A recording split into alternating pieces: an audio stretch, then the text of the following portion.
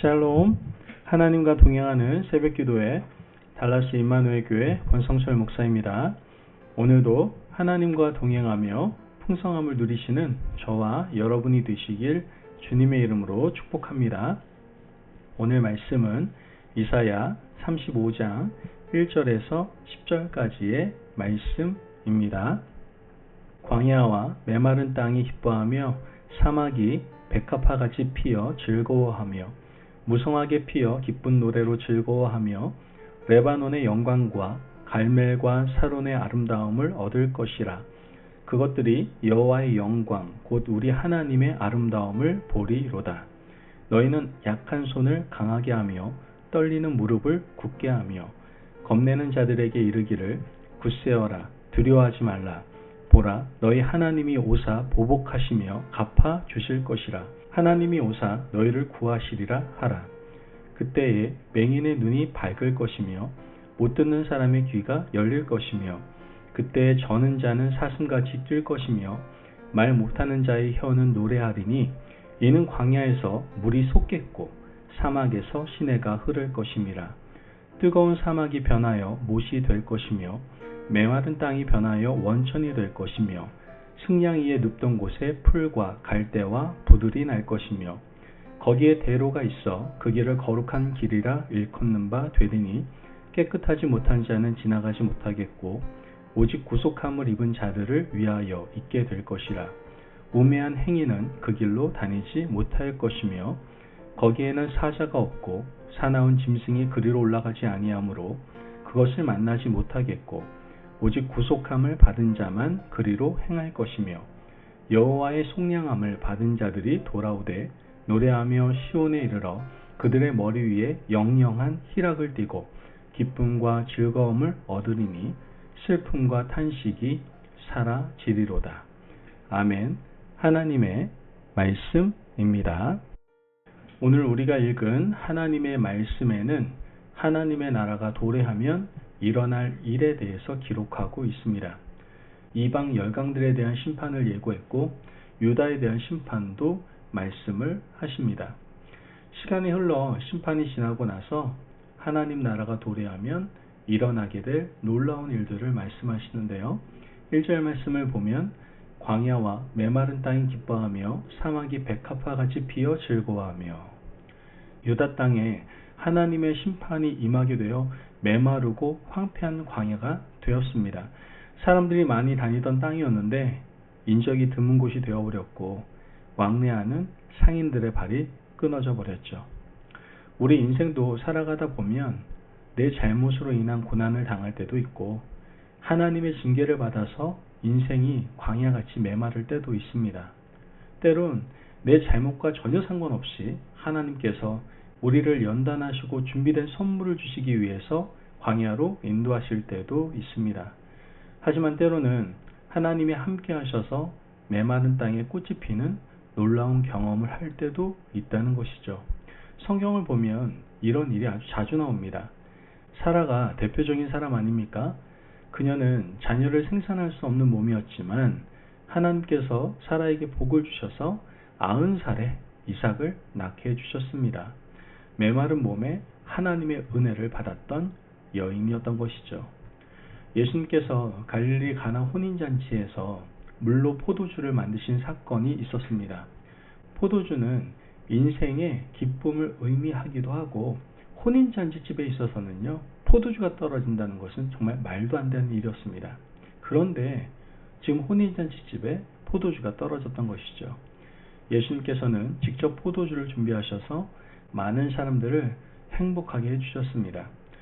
이러한 일은 광야 같은 우리 인생에 주시는 하나님의 선물입니다. 이 땅을 살아가면서 우리는 사라 같은 경험도 하고 물이 포도주가 되는 경험도 합니다. 하지만 천국에 가면 온전한 기쁨으로 행복한 삶을 살게 된다는 것이죠. 오늘 우리는 하나님 앞에서 우리 메마른 현실을 인정하고 기도할 수 있어야 됩니다. 하나님, 내 인생이 메말라 있습니다. 광야 같은 인생입니다. 하나님께서 내 인생에 단비를 내려주시고 꽃이 피는 역사가 일어나도록 축복해 주시옵소서라고 우리는 기도할 수 있어야 된다는 것이죠. 그러면 하나님께서 우리를 인도하셔서 천국을 경험하고 누리게 하실 줄로 믿습니다. 3절에서 4절 말씀을 보면 너희는 약한 손을 강하게 하며 떨리는 무릎을 굳게 하며 겁내는 자들에게 이르기를 굳세어라 두려워하지 말라 보라 너희 하나님이 오사 보복하시며 갚아 주실 것이라 하나님이 오사 너희를 구하시리라 하라. 악한 손, 떨리는 무릎은 우리 마음이 두렵고 연약한 상태를 말하는 겁니다. 유다 백성들은 이방 열강들을 두려워했습니다. 그들은 약한 손과 떨리는 무릎으로 살았던 것이죠. 하지만 하나님께서 임재하시면 우리 인생의 두려움과 떨리는 것은 사라지고 담대한 마음이 생겨나게 되는 겁니다. 예수님께서 부활하신 후 두려움에 떨고 있던 제자들에게 나타나셔서 처음 하신 말씀은 평안이었습니다. 사탄이 우리 마음을 흔들어 놓으면 두려운 것밖에 없습니다. 오늘 하루 어떻게 살아갈까? 건강과 물질의 문제는 어떻게 해결할까? 그냥 막연한 두려움만 가득합니다. 하지만 하나님의 영이 우리에게 임하면 그 두려움이 사라지게 되는 겁니다. 부디 하나님과 함께 하셔서 두려움을 내쫓는 용기를 가지시기를 간절히 바랍니다. 5절에서 6절 말씀을 보면 그때 맹인의 눈이 밝을 것이며 못 듣는 사람의 귀가 열릴 것이며 그때에 저는 자는 사슴같이 뜰 것이며 말 못하는 자의 혀는 노래하리니 이는 광야에서 물이 솟겠고 사막에서 시내가 흐를 것임이라. 하나님이 함께 하셔서 실제적인 고통에서 해결해 주시겠다라고 말씀하고 있는 겁니다. 우리는 하나님 앞에서 문제 해결을 위해서 좀 구체적으로 구할 수 있어야 됩니다. 시편 23편에서 다윗은 고백하지 않습니까? 그가 나를 푸른 풀밭에 쉴만한 물가로 인도해 주십니다 라고 고백합니다. 양들에게 가장 필요한 것은 오늘 먹고 마실 일용할 양식입니다. 푸른 풀밭에서 풀을 먹고 물가에서 물을 마시는 것이 양들에게 필요하다는 것이죠. 그러므로 우리가 생존의 문제를 하나님께 구하는 것은요 절대로 부끄러운 일이 아닙니다.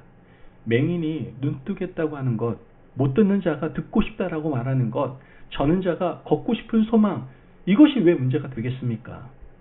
우리 인생에 존재하는 고통에서 해방시켜 달라고 우린 간구할 수 있어야 됩니다. 하나님께서는 우리의 간구를 들으시고 우리는 고통에서 해방되어 천국 같은 삶을 살게 될 줄로 믿습니다. 계속해서 8절 말씀을 보면 거기에 대로가 있어 그 길을 거룩한 길이라 일컫는 바 되리니 깨끗하지 못한 자는 지나가지 못하겠고 오직 구속함을 입은 자들을 위하여 있게 될 것이라. 우매한 행위는 그 길로 다니지 못할 것이며. 우리 인생에 하나님의 나라가 임하면 막혔던 길이 열릴 겁니다. 이스라엘 백성들이 출애굽할 때 그들의 앞길을 막았던 것은 홍해바다였고 사막이었으며 요단강이었습니다. 그러나 하나님께서는 바다를 가르시고 길을 내셨습니다. 강을 막아 세우시고 강바닥에 길을 내셨습니다. 길이 없는 사막을 이스라엘 백성들이 마치 대로처럼 걷게 하셨다라는 것이죠. 여러분, 우리가 가는 길이 막혀 있을 때는 정말 지옥 같지 않습니까? 동서남북 방향을 분간할 수 없어서 낙심할 수밖에 없습니다. 하지만 하나님의 나라, 천국이 우리 인생에 임하면 대로가 열리게 되는 겁니다. 하지만 깨끗하지 못한 자는 그 길을 지나가지 못한다라고 하셨습니다. 하나님의 영으로 인도함을 받은 자, 거듭난 자, 말씀대로 살아가는 사람에게는 막혔던 길도 대로가 된다라는 것이죠.